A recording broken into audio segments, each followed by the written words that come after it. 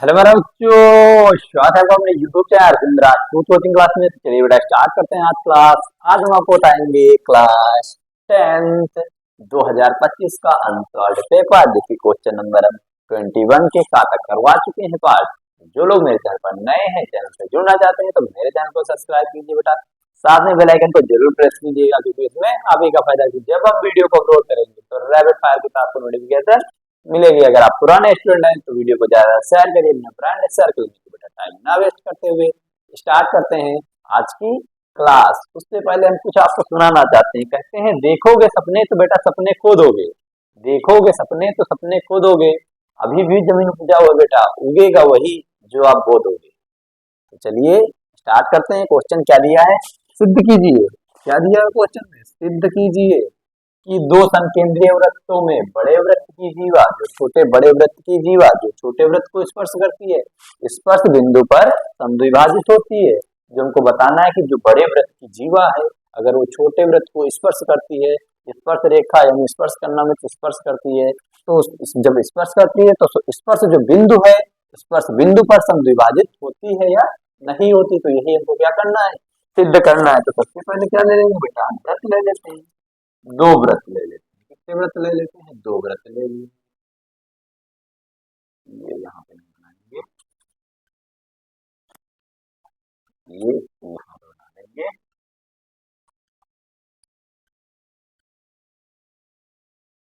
ये एक हमारा व्रत हो गया, एक व्रत ये हो गया बेटा।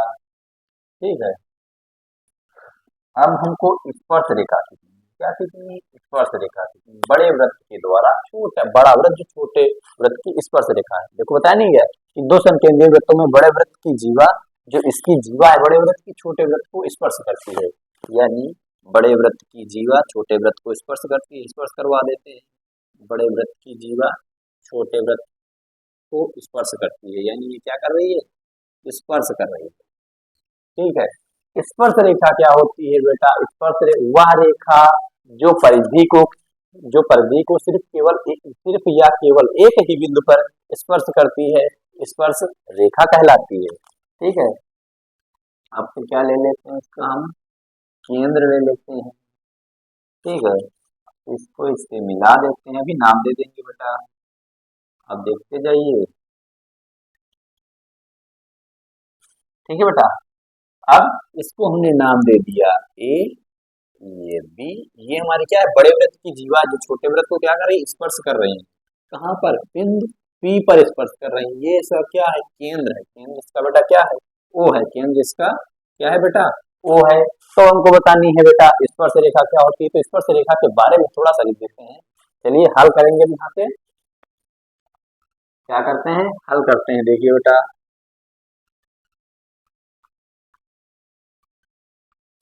स्पर्श रेखा वह रेखा जो वृत्त की परिधि को, वह रेखा जो वृत्त की परिधि को, वह रेखा जो वृत्त की परिधि को केवल एक ही बिंदु पर स्पर्श करती है, केवल एक ही बिंदु पर, केवल एक ही बिंदु पर स्पर्श करती है, एक ही बिंदु पर स्पर्श करती है। तथा त्रिज्या द्वारा बनाया गया कोण कितना होता है, 90 होता है। तथा त्रिज्या द्वारा बनाया गया कोण तथा त्रिज्या द्वारा तथा त्रिज्या द्वारा त्रिज्या द्वारा बनाया गया कोण कितना होता है, 90 होता है। ठीक है, ये हमने बेटा बता दिया। अब हम क्या ले लें, इसमें त्रिभुज ले लें। त्रिभुज ले लें एपीओ। क्या ले रहे हैं, त्रिभुज।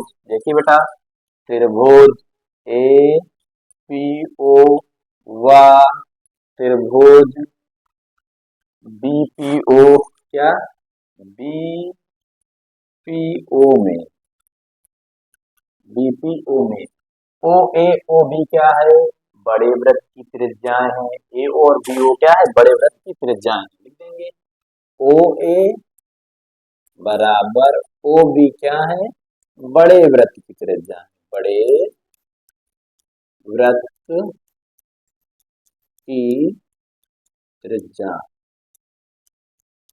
ठीक है।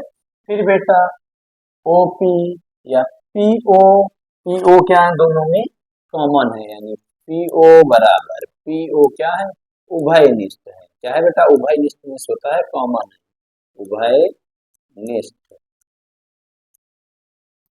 उभयनिष्ठ। ओके, क्या है बेटा, उभयनिष्ठ है। तो हम यहाँ से बता सकते हैं, क्या बता सकते हैं, जो हमारा एंगल होगा ए पी ओ बराबर होगा एंगल बी पी ओ के, यानी एंगल ए पी ओ बराबर हो जाएगा एंगल किसके, बी पी ओ के। यानी बेटा जो हमारा एंगल ए पी ओ है बराबर हो जाएगा एंगल बी पी ओ के। एंगल ए पी ओ बराबर है बी पी ओ, ये स्पर्श रेखा तथा त्रिज्या द्वारा बनाया गया क्या है, समकोण है। स्पर्श रेखा तथा त्रिज्या द्वारा बनाया गया क्या है, समकोण है। ये क्या है, स्पर्श रेखा तथा त्रिज्या द्वारा बनाया गया क्या है, समकोण है। ठीक है, फिर यहाँ से हम बता सकते हैं कि हमने कहाँ से लिखा है, यानी ये वाला इसके एंगल है, तो ये साइड साइड इसके भी एंगल यानी इक्वल होगा। तो यहाँ से लिख देंगे, ये हमने कहाँ से लिखा है, बता देते हैं, साइड साइड एंगल यानी कसौटी से, साइड साइड एंगल कसौटी से। ठीक है बेटा, तो यहाँ से क्या लिख सकते हैं, यहाँ से लिख सकते हैं ए पी ओ सर्वांशम बराबर है बी पी ओ के। तो हमारा ए पी यानी ए पी बराबर हो जाएगा, ए पी बराबर हो जाएगा बीपी के। बस यही हमको क्या करना था, यही बताना था। यही हमने बता दिया, तो इसका मतलब क्या होगा, जो स्पर्श बिंदु पर समद्विभाजक यानी बड़े वृत्त की जीवा है, जो छोटे वृत्त, बड़े वृत्त की जीवा जो छोटे वृत्त को स्पर्श करती है और स्पर्श बिंदु पर क्या है, समद्विभाजित होती है। इतना करना था, तो बेटा समझ में आ गया होगा। अब देखते हैं नेक्स्ट क्वेश्चन। ठीक है बेटा, इसको कर देते हैं धीरे, अब देखेंगे नेक्स्ट क्वेश्चन। अगर स्क्रीनशॉट लेना चाहते हैं तो आप ले सकते हैं बेटा, देख लीजिए, स्क्रीनशॉट लेना चाहते हैं तो ले लीजिए। अब इसको इरेज कर देते हैं।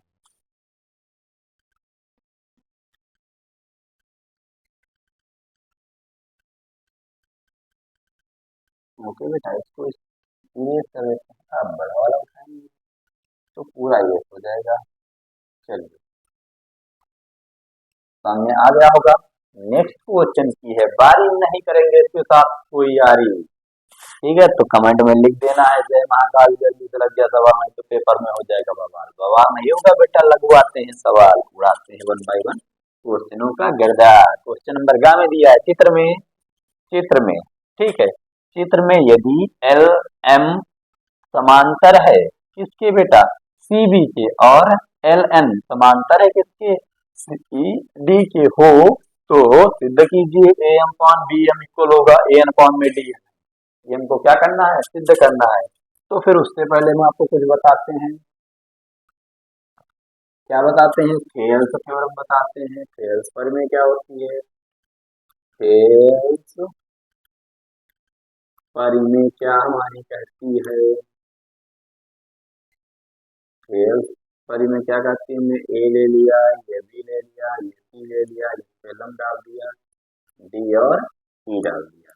कहती है अगर सी डी और ई समांतर हो बी और सी के, डी और ई समांतर हो, बी और सी के समांतर क्या होता है, ये आपका बेड है, ठंडियों में रात में रजाई ओढ़ के आप खर्रा मार दीजिए, उस पे लेटे हैं तो आप समांतर हो गए। अगर आप बेड पे ऐसे खड़े हो गए तो क्या हो गए, लंब हो गए, यानी पैरेलल हो गए। ये हमारा पैरेलल यानी परपेंडिकुलर, लंब क्या होता है, ये ऐसे क्या होगा, परपेंडिकुलर हो गए। जब इधर लेटे हैं तो पैरेलल है। ठीक है बेटा, तो अगर ये ऐसे समांतर होती है तो थेल्स थ्योरम कहती है जो इसका यानी ए डी अपॉन में डी बी है, डी बी, ये बेटा इक्वल होगा किसके, ए अपॉन में ई सी के। तो इसमें इसी तरह लगा देंगे, इसमें हमने किसने लगाया है, त्रिभुज ए बी सी में टेल्स थ्योरम लगाइए। इसी तरह एक बार इसमें त्रिभुज ए डी सी में लगाएंगे, एक बार ए बी सी में लगाएंगे, टेल्स थ्योरम लगाएंगे।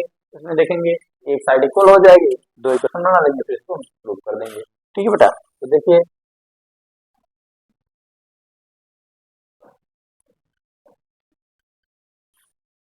हल लिखिए।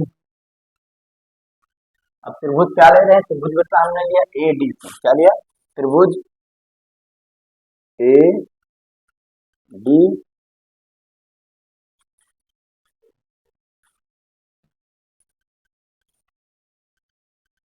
त्रिभुज ए डी सी में थेल्स थ्योरम से, किससे बेटा, थेल्स थ्योरम को क्या बोलते हैं, थेल्स परिमेय।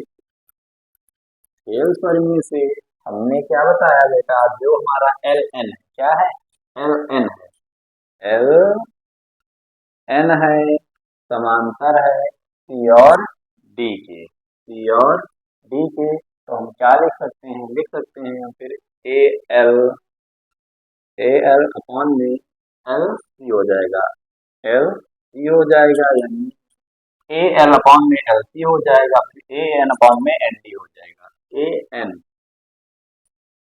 एन अपॉन में डी, ए एन अपॉन में, देखो ए एन बोल दिया, फिर एन डी बोल दिया, या डी एन भी लिख सकते हो, क्या डी और एन भी लिख सकते हो। ये हमारा समीकरण नंबर फर्स्ट हो गया।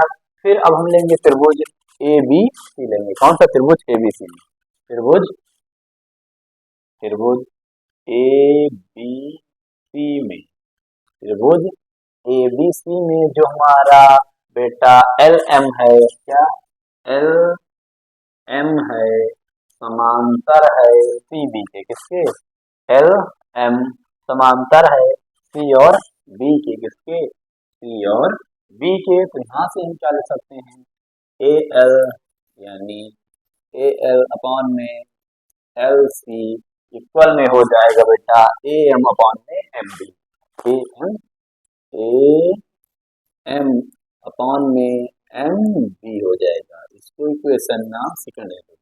समीकरण एक व दो से क्या लिख सकते हैं, समीकरण एक व दो से लिख सकते हैं बेटा, समीकरण एक व दो से, ठीक है बेटा, समीकरण एक व दो से एल से इक्वल है तो आर एच एस भी इक्वल हो जाएगा, यानी ए एम अपॉन में एम बी इक्वल हो जाएगा ए एन अपॉन में डी एन। ये हमारा क्या हुआ बेटा, सिद्ध हो गया, यानी प्रूफ हो गया, सामने आ गया होगा बेटा।